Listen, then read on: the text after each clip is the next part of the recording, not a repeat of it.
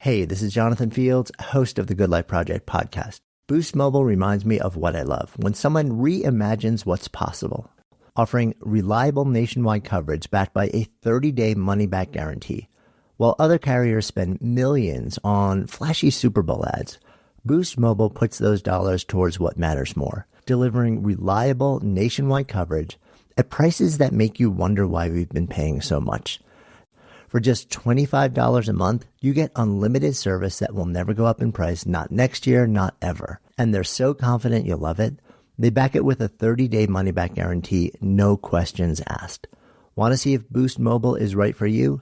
Visit your nearest Boost Mobile store or boostmobile.com. Customers who cancel within 30 days of activation will have Boost service fees refunded, activation fees if applicable, and phone payments will not be refunded.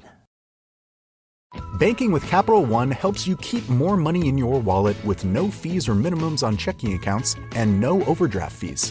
Just ask the Capital One bank guy. It's pretty much all he talks about, in a good way. He'd also tell you that this podcast is his favorite podcast, too. Ah, really? Thanks, Capital One bank guy. What's in your wallet? Terms apply. See CapitalOne.com/bank. Capital One N.A. member FDIC. G'day, America. It's Tony and Ryan from the Tony and Ryan podcast from Down Under. Today we want to talk to you about Boost Mobile, the newest 5G network in the country. Offering reliable nationwide coverage backed by a 30-day money-back guarantee.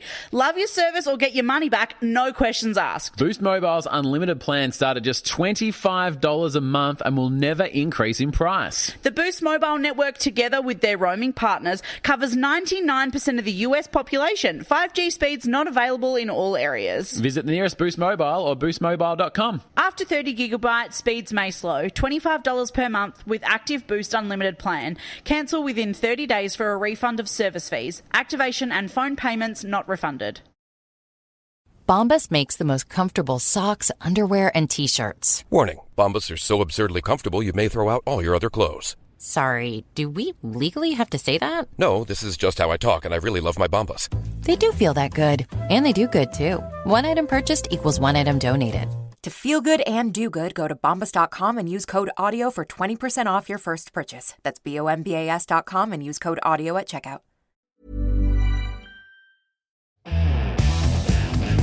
This here is the Daily Tech News for Monday, August 11th, 2025. We tell you what you need to know. We follow up on context, all in an effort to help each other understand. Today, Bodie Grimm tells us what EV to get in the U.S. before the tax credit goes away there. And Nvidia and AMD agree to share 15% of some revenue with the U.S. We'll explain it all. Oh, it's an interesting one. I'm Tom Merritt. And I'm Robb Dunewood. Let's start with what you need to know with the big story. The Financial Times was the first to break this, although the Wall Street Journal now has it too. Sources telling both of them that Nvidia and AMD have agreed to pay the United States government 15% of the revenue that they make from selling chips to companies in China. That has caused some people to lose their minds as sort of an unprecedented export control. I'll get to that in a minute. But you may wonder, like, what are these chips? If you haven't been following this story, the U.S. restricts what kinds of chips both U.S. companies or companies using U.S. intellectual property can sell to companies based in China. And to comply with those rules, Nvidia developed a special chip called the H20. AMD developed a special chip called the MI308 specifically so they could sell to China without violating those restrictions. And then in April, the government said you can't sell those either. However, those restrictions were paused in midsummer, and Nvidia said in mid-July it would soon resume sales. And in fact, the U.S. Department of Commerce started issuing official licenses for the sale of those two chips from Nvidia and AMD on Friday. Now, we get a lot more coverage about the H20, but most of what applies to the H20 applies to the MI308. The H20 uses Nvidia's previous Hopper architecture, but that's not the issue. The current architecture is Blackwell, and Nvidia says it's designing a chip for China based on the Blackwell architecture as well. The restrictions mean that Nvidia and AMD need to design the chips to be good at inference, but not training. Inference is the execution, like when you ask ChatGPT something, it's doing inference to answer your question. And of course, training is when you make the model so that it can answer the questions with inference later. China makes its own chips as well, of course. They don't have to use the H20 or the MI308, but right now they can't make enough to meet demand. ByteDance, Tencent, DeepSeek all bought large numbers of H20s before the U.S. cut off access in April. Now, let's get to that revenue share part, because that's the news here. The revenue share with the U.S. government is not entirely unprecedented, at least in this administration. The U.S. reached a deal for a quote-unquote golden share of revenue from U.S. Steel when it approved its takeover by Nippon Steel in June. Though that involved a stake in the company. The revenue share with Nvidia and AMD does not appear to involve shares. Several analysts have said this deal could violate Article 1, Section 9, Clause 5 of the U.S. Constitution. That section says, no tax or duty shall be laid on articles exported from any state. And before you get too hung up on the word state, the U.S. Supreme Court has interpreted this over the years to mean any export to foreign territories. However, the administration may make the argument that this is a tax on a particular good, the H20 and the MI308, not a tax on the export. Just happens that nobody domestically is in the market for an H20 or an MI308 because they can buy better chips from Nvidia and AMD because they're not restricted. The official annotated constitution that is on the U.S. Congress's website at congress.gov says the Supreme Court has ruled that the export clause's restriction on Congress's taxing power does not extend to several taxes, such as a tax on all property alike, including property intended for export but not in the course of exportation.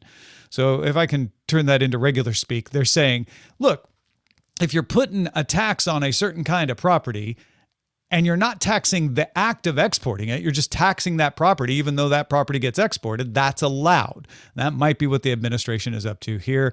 They're not calling it a tax in any of these articles. They're calling it a revenue share, but that would be a whole weird new kind of thing here. We don't know the details other than the reporting by the Financial Times and the Wall Street Journal.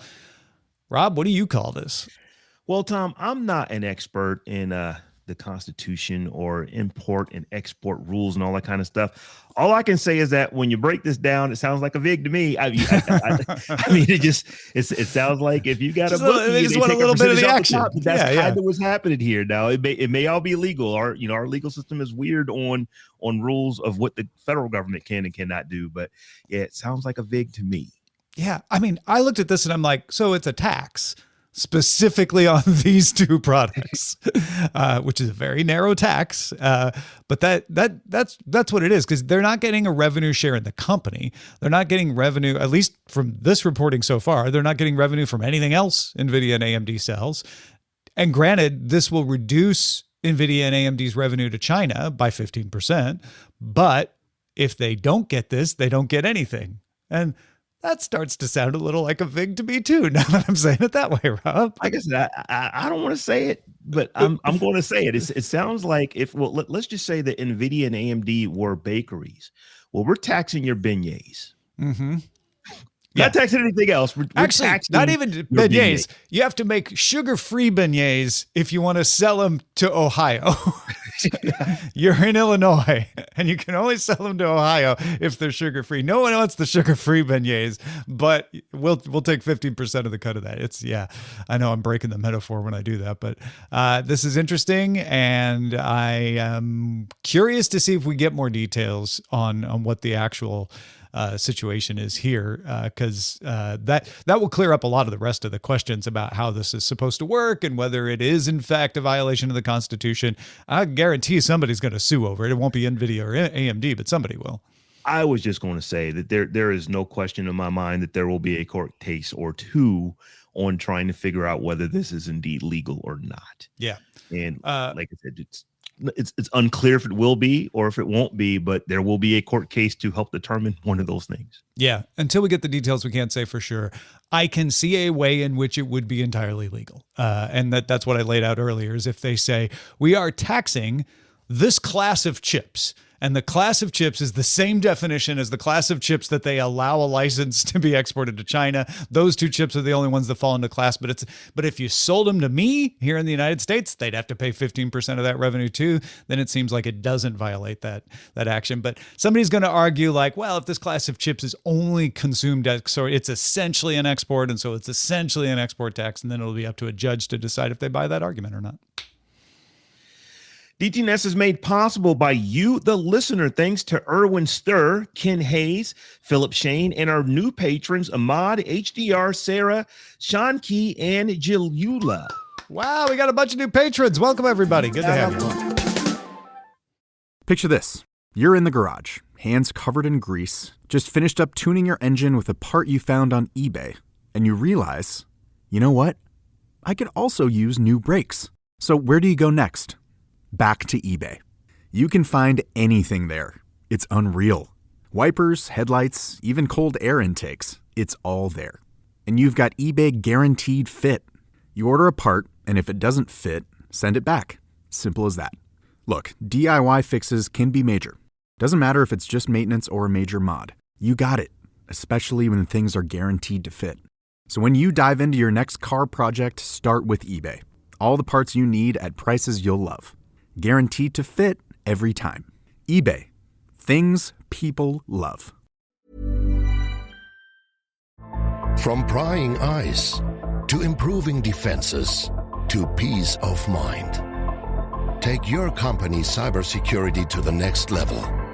Transform the everyday with Siemens. Banking with Capital One helps you keep more money in your wallet with no fees or minimums on checking accounts and no overdraft fees. Just ask the Capital One bank guy. It's pretty much all he talks about, in a good way. He'd also tell you that this podcast is his favorite podcast too. Ah, really? Thanks, Capital One bank guy. What's in your wallet? Terms apply. See CapitalOne.com/bank. Capital One N.A. member FDIC. Every idea starts with a problem. Warby Parker's was simple. Glasses are too expensive. So they set out to change that. By designing glasses in-house and selling directly to customers, they're able to offer prescription eyewear that's expertly crafted and unexpectedly affordable. Warby Parker glasses are made from premium materials like impact-resistant polycarbonate and custom acetate. And they start at just $95, including prescription lenses. Get glasses made from the good stuff. Stop by a Warby Parker store near you. Tired of your car insurance rate going up even with a clean driving record? You're not alone. That's why there's Jerry, your proactive insurance assistant. Jerry compares rates side by side from over 50 top insurers and helps you switch with ease. Jerry even tracks market rates and alerts you when it's best to shop. No spam calls, no hidden fees. Drivers who save with Jerry could save over $1,300 a year. Switch with confidence, download the Jerry app, or visit jerry.ai/ACAST today. There's more we need to know today. Let's get to the briefs. Last week, when OpenAI launched GPT-5, it took away the option for people to use older models. The idea is that ChatGPT can pick the best model to use based on your query. But after a lot of people complained, OpenAI restored the ability to use one of the older models, GPT-4o. And if you pay for the Plus version, there's now an option in the settings to show legacy models. Yeah, the only legacy model that'll show is GPT-4o, which implies to me that OpenAI said, ChatGPT-5 is good at picking the models, and I have found it to be pretty good at picking some stuff in the few days that I've played with it, but they must agree that 4.0 sometimes is still the better model than 5, and it doesn't get picked, and so that's why they picked that one to give back to people. At least that's my take. Even if 4.0 isn't, people like choice. People have, I know that I want to use this model. I don't want you to pick the model you think I should use. This is the one that I want to use. So I think that this is a choice thing for a lot of people, regardless of whether OpenAI actually gets it right or not. Matter is the standard for smart home interoperability, and it just released new spec. I kind of didn't know this was coming. The 1.4.2 spec allows manufacturers to qualify as Matter compliant even if they don't support Bluetooth. Before, you had to support both, at least for setup. Now you can support only Wi-Fi for setup, which means that Matter-compliant devices can be cheaper because they don't have to support a Bluetooth radio just for setup. The standard also now supports time-based behavior, like changing color as the day progresses, rather than requiring constant commands to be sent throughout the day. You can just send the one. Number of times devices report status has been reduced in the spec. That'll save you a little battery life. And the standards for robot vacuum cleaners have been streamlined so that they don't vary as much between brands. That's going to make them easier to set up and make them a little more reliable under the Matter standard. This update to the spec is going to trickle out in devices. Like, it's not something you download today. Devices are going to have to implement it and then push their firmware out. New products will have to be made with the radio compliance and all of that, but you'll start to see it over the coming months. I like these spec changes, particularly the one that you don't have to have Bluetooth, because that makes devices that are already, in some cases, very inexpensive, just more expensive than they need to be. Because if you never use Bluetooth, why does it have to be there? Yeah, that was the argument from some manufacturers. Like, our users don't use Bluetooth to set it up. And then we have to spend a lot of time putting the radio in and making a setup protocol for that the users aren't going to use because they're just using it for Wi-Fi. So it solves that problem. That takes away one objection, which means wider adoption, right?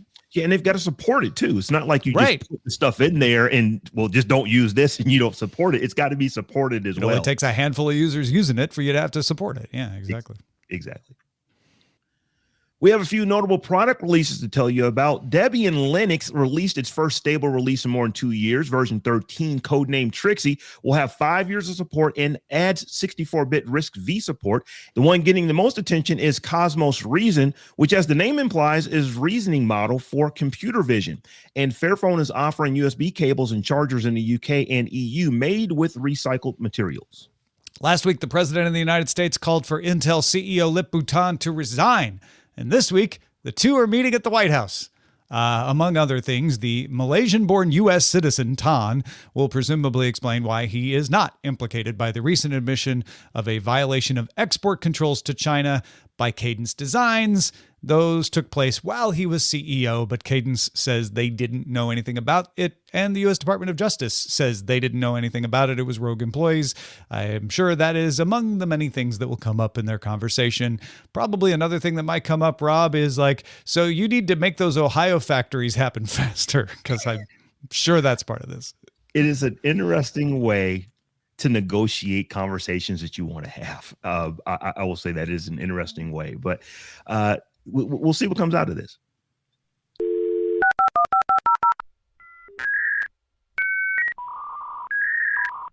You may be surprised to learn that Yahoo's AOL's dial-up internet service still exists, and you're probably not surprised to hear that. The reason I bring it up is that it won't exist for much longer. AOL said it will discontinue dial-up service on September 30th.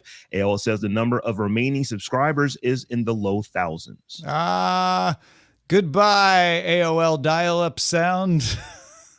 I wonder how long before we have the story of the last dial-up service in the world going out of business. I would imagine it'll still be a fair amount of time for that, because yeah, me too. I can't remember the last time I had a computer with a modem in it. It's probably got to be before 2004. But I was big on AOL way back in the day. I think it came out in 91. It was a pretty effective way to get onto the internet.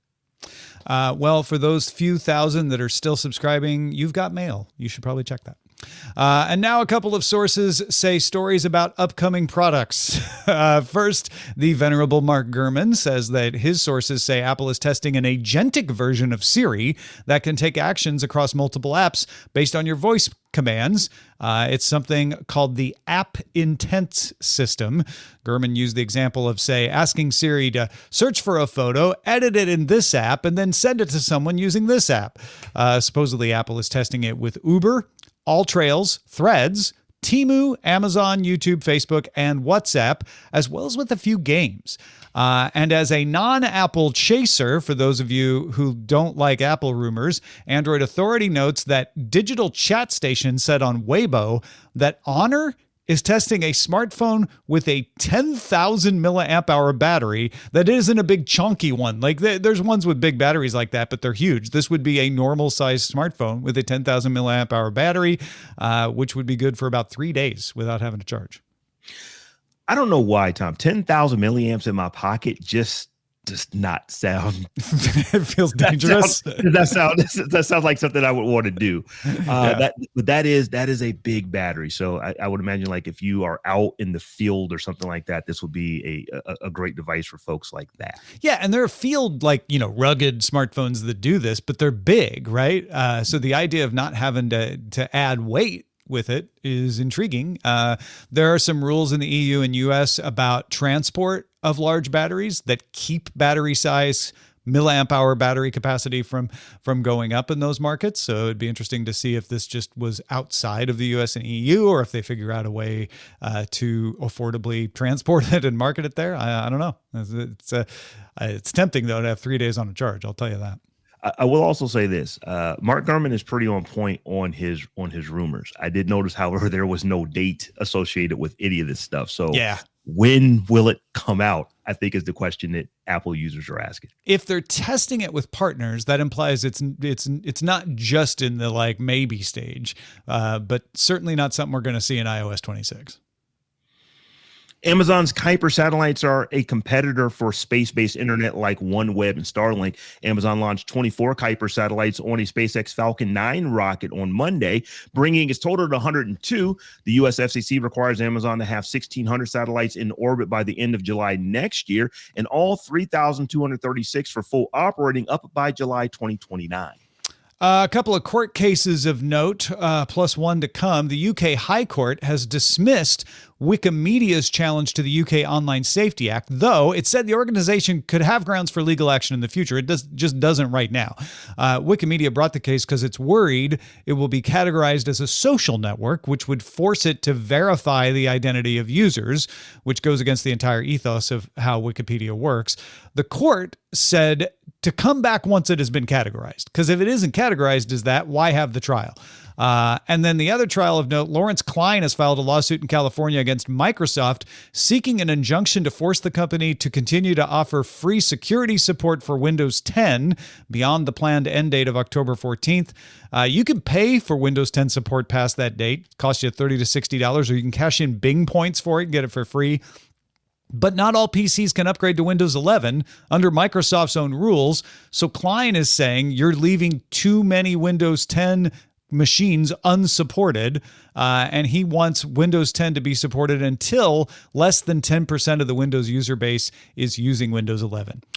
Finally, a court case that might come soon. This one isn't a court case yet, but Hyundai is charging £49 for an optional security upgrade for Ioniq 5 EVs that were sold in the UK before February 2024. If they were sold after that, they are not vulnerable to this. But the upgrade that you have to pay for will prevent thieves from being able to use a Game Boy-sized device to unlock and start cars without needing a key. These are cars that have a 5-year warranty, though. So I feel like maybe people are going to argue that warranty should cover this and they shouldn't have to pay for it. It should absolutely cover this.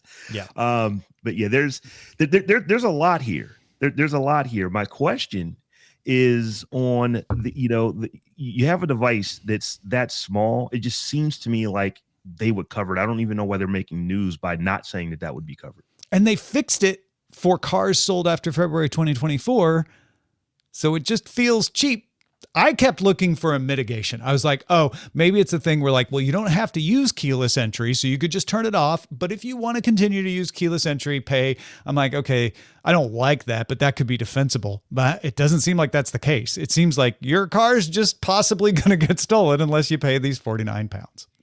Now, what about the Lawrence Klein lawsuit? Do you think that has any legs? Could they force Microsoft to offer free support on Windows 10? Because it will be years before Windows 10 machines are down to 10%. It'll be years before that happens. Yeah, I think the argument Microsoft's going to make is you can buy a new computer or you can upgrade to Windows 11. And the argument that Klein's lawyers are going to have to make is not everybody can afford a new computer, and there's a bunch of them that Microsoft won't let them upgrade. What would be amazing is if the court just ordered Microsoft to let everybody upgrade to Windows 11 instead of blocking the upgrade. I'd be into that. But yeah, I can't tell yet how much of a chance.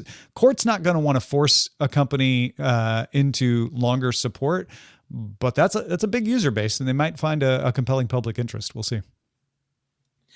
ESPN's online streaming service launches in the U.S. on August 21st, the same day as Fox 1 launches. ESPN gives you all of its broadcast and cable TV sports content in the streaming service for $29.99. Fox 1 gives you all of its broadcast and cable content for $19.99 a month. The two services will be available as a bundle starting October 2nd for $39.99. That will give you almost all of the sports that was expected in the sports bundle called Venue, which would have also included sports from Warner Brothers Discovery. Venue was sued by Fubo and was canceled. Fubo now operates a joint venture with ESPN's parent company, Disney. Yeah, these names, man, I tell you what. But you're going to get 2/3 of the now departed Venue and Venue was going to cost like $50. Everybody was saying. They never announced it for real, but the rumor was that. So for $40, $10 less, you're getting most of the sports. I say 2/3 of the sports, but honestly, Warner lost the NBA. So you're probably getting more than 2/3 of the sports with this bundle. Yeah, here's the other thing too. This is not an inexpensive bundle. So I wonder if people are going to say, should I just keep cable or should I go back to cable? But I don't think you get everything if you just have a cable subscription. There's additional features that are in these plans as well, if I understand it correctly. Well, most people's cable bill is more than this too, right? So when you're looking at cable, if you're like, well, I could pay more and get everything, but I don't have any choice. Or I could pay $40 and get Fox and ESPN, and that just about covers me. Maybe it's worth it. So we'll see. Those are the essentials for today. Let's dive a little deeper. The U.S. federal EV tax credit is going away for many vehicles on September 30th, 2025. So if you're looking to take advantage of the $7,500 federal tax credit, you better hurry. Tom caught up with Bodie Grimm to find out what EVs you might want to buy if you're ever ready to pull the trigger. Bodie, thanks again for sitting down and chatting with us and hopefully saving some people some money this time. Hopefully, Tom. I'm looking forward to our chat today. All right, so let's get to it. What are some of the top picks in EVs that are available before the tax credit expires on September 30th? Yeah, and it's worth mentioning that everything that we talk about today, with maybe one exception, can also be applied if you buy it used. There's a $4,000 federal tax credit. So if you don't want to buy one of these vehicles new, you can save a little money by buying used and still get $4,000 off as well. Okay, great. That's good to know. I didn't realize that you still got, it's a reduced rate, but you still get a tax credit. That's awesome. Yeah, reduced sales price, reduced tax credit, but you still save money overall. Yeah. So Inside EVs came up with all of these categories, and I'm gonna give all the glory to them. I'm just regurgitating. Sure. Borrow from the best. Yeah. No, stealing. Full stealing. But the best overall EV is the Model Y. It's got a base price of $46,000. You throw in the tax credit, we're right around $39,000. The vehicle has a range between 327 and 357 miles, and it comes in a rear-wheel drive or all-wheel drive variants. Okay, so it's a classic. I know lots of people that have them. Tesla Model Ys all over the place here in Los Angeles. But some people may balk for all kinds of reasons about buying a Tesla. What if they don't want to go that direction? Yes. So they have another category called the best overall EV if you don't want to buy a Tesla. And the winner on that is the Ioniq 5. And we'll throw the EV6 in as well, since they're both Hyundai Group One's companies. Hyundai and the other's Kia, right? Correct. Yeah, yes. okay. Very important distinction. The base price on the Ioniq 5 is $44,000. It gets you right around $36,500 with a federal tax credit.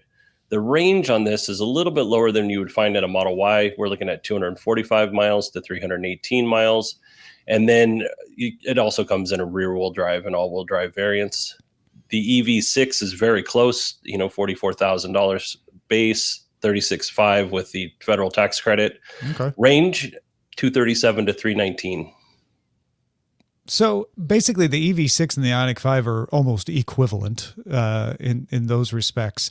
And compared to the Model Y, you're losing 50 to 100 in range if that's important to you. And people always overestimate how much range they need. But that certainly is something to keep in mind. Yeah, absolutely. And we should also acknowledge that the range game is fraught with problems. Sure. Yeah. For sure. Okay. what if I am sitting here saying $30,000? I can't spend that much. Anything below that? What's the best budget option? So the best budget option, and I agree with all the things that Inside EVs came up with here, but my favorite EV right now is the Equinox EV, which is made by Chevy. It's a base price of $35,000, but you throw the federal tax credit in, it's $27,500. It's got a range of 285 miles to 319 miles, and it's a front or all-wheel drive version. Interesting enough, if you get the base model, you're getting the 319 miles because that's the front-wheel drive version. And if you go a little bit more performance, you're going to get less of 285 miles. I guess that kind of makes sense because you're doing more things. Yeah, and all-wheel drive takes a little more energy. All right. What about the folks with the big families, with the pets and the dogs and the needing the bigger car? Yeah, again, we're pairing the Hyundai and Kias together on this. We have the EV9, which is the Kia EV9, and the Hyundai Ioniq 9. Okay, so say similar pairing to before, but 9s instead of 5s. Yeah, this is going to be 3 Or rows. 6, yeah. You're looking at 6 to 7 seats.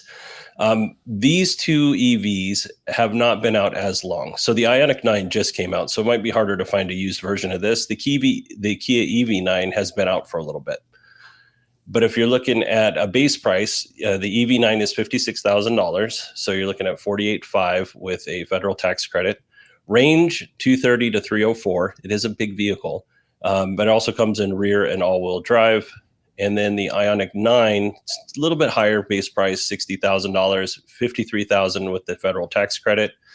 Range is better, 311 to 335, and rear-wheel drive and all-wheel drive. So again, you're sacrificing a little bit of range for a better price and availability in this particular case. Otherwise, they're pretty equivalent. They're pretty equivalent. And I will say, like, if you're looking at a Rivian R1S or the new Lucid Gravity, and you're like, man, I just don't want to start off at $70,000. These are two really good options for you. There's obviously things that the Gravity can do and the R1S can do that the Kias aren't and Hyundais aren't going to be able to. But if you're just going to drive around town, you could save yourself like $25,000 in some cases. All right, let's get to the opposite of the skinflints we talked about earlier with the budget. What about the folks who want all the nice touches? They want the comfortable seats. They want all the frills and all the bells and whistles. What's the best luxury EV? So we are going to start with the Cadillac Optic. It's got a base price of $54,000, $47,000 with a tax credit. 302 miles of range, only comes in all-wheel drive. It is a very... this is a weird thing to say, but this is how I describe like really sleek and fancy car. It's lickable. Like it looks lickable. I totally know what you mean. Yeah. It's a gross concept, but I saw one of these outside of a Safeway and I just sat there and stared at it. I think I sent a picture of it to Lamar Wilson, but it's just such a nice car. The same thing with the Cadillac Lyriq, also a really nice car, starts at $60,000 with the federal tax credit that brings it down to $52,500, range of 319 to 326 miles. Not bad. Yeah, real rear-wheel drive and all-wheel drive. And GM's killing it in the US when it comes to electric vehicles, and they've been doing it enough that you can feel confident in buying one of their vehicles and you're going to get a solid car. Is it going to be perfect? No, but it's going to be a solid EV no matter which way you go. Yeah. Taking back the luxury title with the Caddy. Love that. Love to see that. Now, if we're going to go pickup, we're going to leave GM land, aren't we? We are. We're going to move over to the Ford F-150 Lightning. The F-150 is the most popular pickup truck in the U.S., probably in all of the Americas. It's got a base price of $66,000 for the Lightning. That brings it down to $58,000 with the federal tax credit. Range of 240 to 320. So the range is a little less on this one, but then that usually is the 240 is usually reserved for like the work truck, which is, the base model, bare bones, but still not too shabby. Yeah. And then finish up with a good old fashioned sedan. Speaks to my heart as a person who has a Civic and an Audi A4. What's your best sedan? Best sedan is the Model 3 from Tesla. Base price of $42,000. You're looking at $35,000 with the federal tax credit. The range on this starts at 298, but goes all the way up to 363. Rear wheel drive and all wheel drive. And, overall, the Model 3 is proven to be a pretty solid car. Excellent. Bodie, thank you so much. Hopefully this helps a few people who are thinking like, you know what, I'd like to get an EV and I want to get it before the tax credit expires. You got some good options here. If folks want to follow up and hear more of your takes on electric vehicles and more, where should they go? You should go to 918digital.com. That's where all of my podcasts are. Recently, and I'm not sure when this is going to go out, but I interviewed my car because Grok XAI's assistant came into my Tesla. So I did a little interview. I put Tesla in the hot seat. I talk about the Grok controversies. And I think the AI assistant did a really good job of defending itself. Fantastic. I love that. Go check that out, folks. What's the URL again? 918digital.com. 918digital.com. See you there, folks. Thanks so much. Now, Rob, I know you get tempted by a new car every once in a while. Did this spark your interest? I was hoping Bodie was going to say something about the Cadillac, Cadillac Escalade IQ, and that they had a $75,000 discount on that to actually bring it down into the price of possibility. That'll put it in the range of where the Escalade that I drive right now was when I bought it a few years back. But here's the thing that I noticed about this: these car prices have really come down. There still is a bit of a tax, but the rebates cover it. So my question is, what happens when they go away? Will we see people stop being interested in them, particularly on the lower end, because $200, $300, $400, $500, $600, $700, makes a difference when you're purchasing a car that only costs $30,000.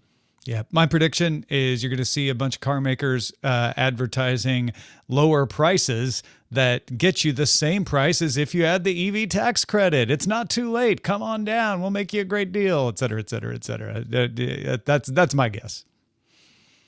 Well, next week is our annual experiment week on DTNS. Instead of our regular episodes, we'll have people trying out new ideas. That's where the Tech John came from, right, Rob? Like it was an experiment week launch. Absolutely. 4 years ago, experiment week, and we're still running that show strong.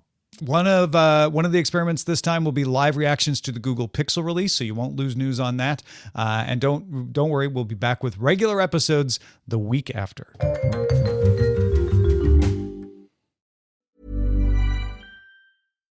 Banking with Capital One helps you keep more money in your wallet with no fees or minimums on checking accounts and no overdraft fees. Just ask the Capital One bank guy. It's pretty much all he talks about, in a good way. He'd also tell you that this podcast is his favorite podcast, too. Ah, really? Thanks, Capital One bank guy. What's in your wallet? Terms apply. See CapitalOne.com/bank. Capital One N.A. member FDIC.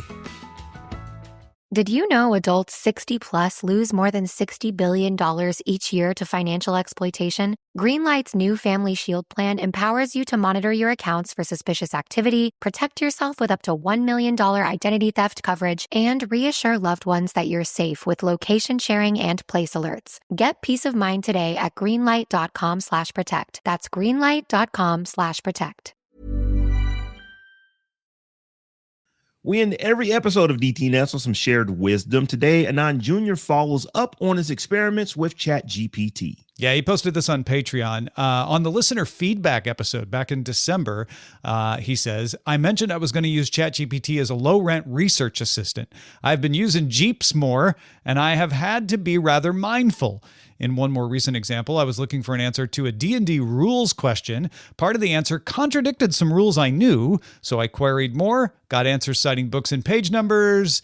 That had nothing to do with the issue in question. I was told, you brazenly uncovered a discrepancy between the player's handbook and later sources, and fed another reference to a book and page number that didn't have anything to do with the issues at hand. After pointing that out and asking for clarification, I finally got something that adhered to the printed rules and sounded more right with the parts I was trying to research. That happens, but not as often as I feared. It's been a good way to collate information from a variety of sources. Just check them like you would a research assistant you got on Fiverr. That is a very, very good point. You got to check the work. Got to check the work. We would do it if it was a person. We need to do it since it's a robot. Yeah, the robot intern is still an intern. Well, folks, we want to know what you're thinking about. If you've got insights into any story, we want you to share it with us at feedback@dailytechnewsshow.com. Big thanks to Bodie Grimm and to Anand Jr. for contributing to today's show. Thank you for being along for Daily Tech News Show and for keeping us in business. Thanks to all our patrons. You can become one. If you're not already, join the club. Patreon.com/DTNS. Do it now. The DTNS family of podcasts, helping each other understand. Diamond Club hopes you have enjoyed this program. Hey, this is Jonathan Fields, host of the Good Life Project podcast. Boost Mobile reminds me of what I love, when someone reimagines what's possible. Offering reliable nationwide coverage backed by a 30-day money-back guarantee. While other carriers spend millions on flashy Super Bowl ads, Boost Mobile puts those dollars towards what matters more, delivering reliable nationwide coverage at prices that make you wonder why we've been paying so much. For just $25 a month, you get unlimited service that will never go up in price, not next year, not ever. And they're so confident you'll love it, they back it with a 30-day money-back guarantee, no questions asked. Want to see if Boost Mobile is right for you? Visit your nearest Boost Mobile store or boostmobile.com. Customers who cancel within 30 days of activation will have Boost service fees refunded, activation fees if applicable, and phone payments will not be refunded. Banking with Capital One helps you keep more money in your wallet with no fees or minimums on checking accounts and no overdraft fees. Just ask the Capital One bank guy. It's pretty much all he talks about, in a good way. He'd also tell you that this podcast is his favorite podcast, too. Ah, really? Thanks, Capital One bank guy. What's in your wallet? Terms apply. See CapitalOne.com/bank. Capital One N.A. member FDIC.